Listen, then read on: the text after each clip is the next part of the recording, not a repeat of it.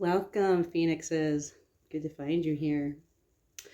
I had a little more to share on my story about how my ex hacked my social media accounts and was catfishing as me. Because these narcissists, they really like to keep a track of you, a hold of you, and they'll use this means to do it. And the fact that he was in my account for so long undetected and I didn't suspect him because it's just the trusting person I am, that's kind of my nature. I think that fueled his need for power and control. And I think he got addicted to that over time. That's why he never stopped. He was never able to stop himself. Even though I had proved to him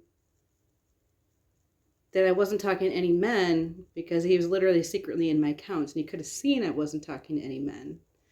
And when he came back here after I threw him out, mind you, he already had the new girlfriend, already had her pregnant.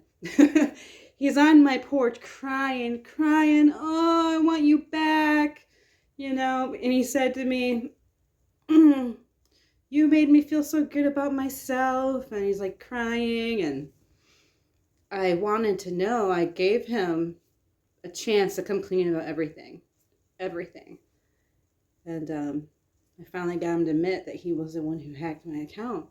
He was going to let me think it was my other ex, or, he came clean about a few things, about like watching pornography, which he totally blamed on me. He blamed on me having a pain disorder. I have fibro. And he blamed on me not always wanting to do it. And then, well, I did. I just didn't want to do it the way he was doing it. I needed intimacy. I needed lovemaking. And he just wasn't interested in any of that. He just wanted to do it like a porn, like he sees in the porn, because that's what he watches every day, 2 hours a day. Yep. In the morning and at night. And he was also talking to all my guy friends at that time. I can only imagine what he was doing in the bathroom. But I asked him, so why did you hack my account? He's like, you don't understand. I needed to know if you were talking to any other men. And he could have seen from being in my account for 2.5 years that I wasn't talking to any men. But then he was still trying to do it even after I threw him out. It was none of his business anymore what I was doing. He still felt like he needed to know then if I was talking to men. Even though, we weren't together anymore, and he had the new girlfriend, had her pregnant. And that's how these narcissists are. To them, you are their property. Probably until the day you die, and then they'll be mad because you died, and you're their property. Oh, thank goddess I'm out of that.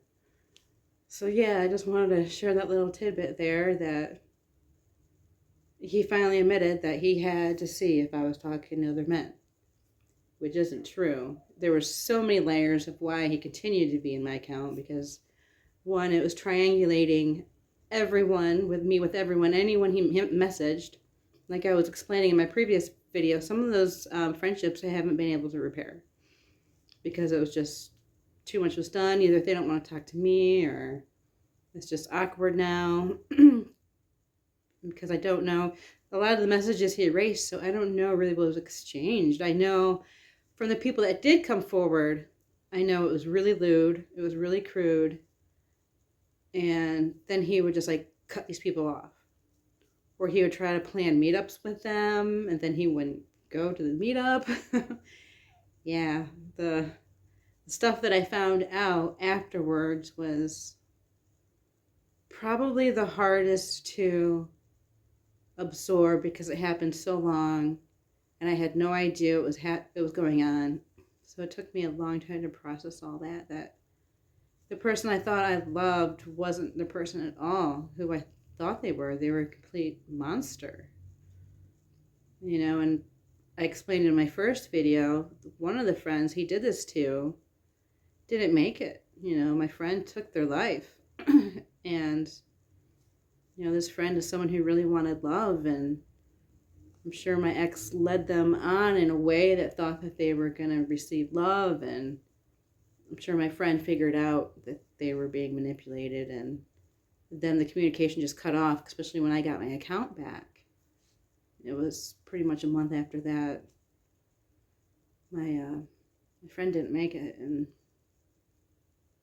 that's when I confronted him about why he hacked my account, and I said, did you ever consider, the marriages that you would affect, or the relationships that you would end if, someone, their partner found out that they were having this conversation with me, which wasn't me, it was him, and he shook his head, no, he didn't think about any of those type of consequences, and I hadn't known yet what happened to my friend, and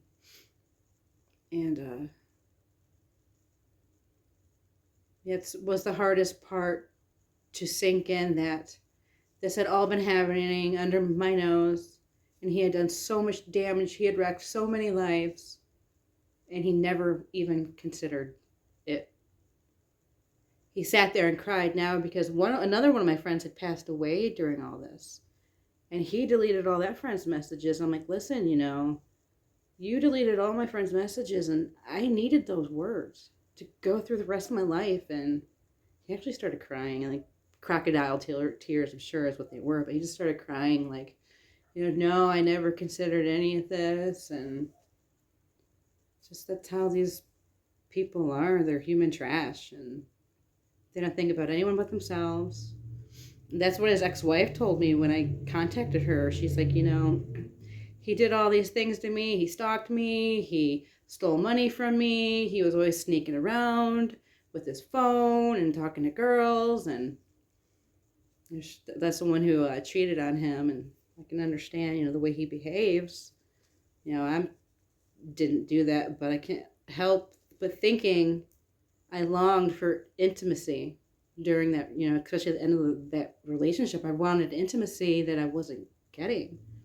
Luckily I had friends at the time. I had a couple girlfriends that I was able to stick with, and, I had a child, and that helped with some of that intimacy, but it's definitely not the same. So I can understand what it was like to feel so starved.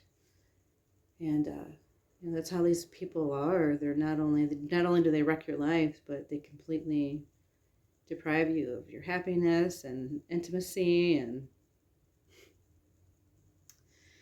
yeah, so I'm really glad I'm out of that. It's been a long healing process. It's been a year, and every day is new challenges, but I can honestly say I feel like I'm through the brunt of it. And it took a lot of inner work. I had to take a lot of time off from dating. I tried to date a little after we broke up, and it was just too intense. I wasn't ready for it. I was recognizing I was rebounding pretty hard. So I spent the last almost 7 months single, and it's been a really healing process because it's given me the ability to dive deep and figure out how I stayed in this so long. How was I so unaware of what was happening, which I was dissociating during that relationship. Means I was kind of just checked out. And, he had isolated me, so that prolonged how long things went on for. And I was financially dependent on him, and it was multi-layered. But, yeah, I'm in a much better place now. I'm financially dependent, and I'm able to meet my own emotional needs now.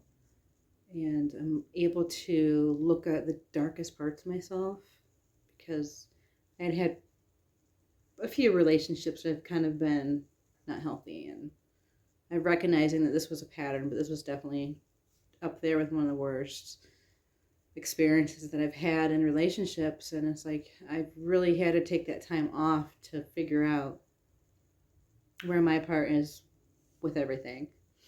And I've really worked hard on building really strong boundaries and really understanding what it is I want from relationships, from life, which I thought I knew what I wanted, which I did. but my boundaries weren't strong how they really needed to be. And now my boundaries are kind of like steel. I slowly started to get back out there dating, and it's like, it's been difficult to let people close to me because my boundaries are so strong right now and I'm so defensive. But I think the person who is for me is going to understand all this and they're going to respect it, and it's going to be a good experience rather than an experience that triggers anxieties and worries and insecurities, which, these narcissists prey on all of that, and they will magnify it tenfold to keep you in a place that's trapped and low vibrational. And I'm happy to say my vibration is raising up and I'm feeling good. It's been a long journey, and I'm glad I really took the inner work time to do the inner work. So one thing I recommend Phoenixes is do that inner work so we can rise up, keep rising. Talk to you later.